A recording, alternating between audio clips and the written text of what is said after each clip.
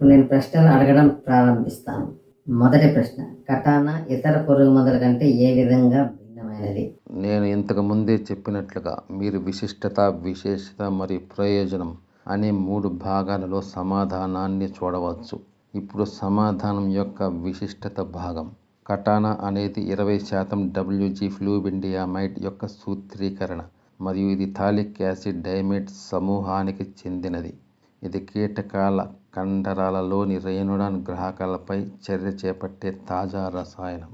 సమాధానం యొక్క విశేషత భాగం. కటానా అనేది రైనోడైన్ రిసెప్టర్ మాడ్యులేటర్. ఇది కీటకాల కండరాల సంకోచాలకు అంతరాయం కలిగిస్తుంది కాబట్టి కీటకాలు ఏమీ తినలేవు. కటానా ఆహారం ద్వారా లేదా స్పర్శ ద్వారా కీటకం శరీరంలోనికి ప్రవేశించినప్పటి నుంచి కీటకం మరణానికి దారితీసే సంఘటనలను మనం ఇక్కడ గమనించవచ్చు.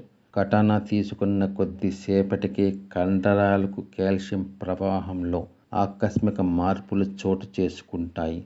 దీని వలన కండరాల సంకోచాలు మరియు వ్యాకోచాలకు తీవ్ర అంతరాయం ఏర్పడుతుంది.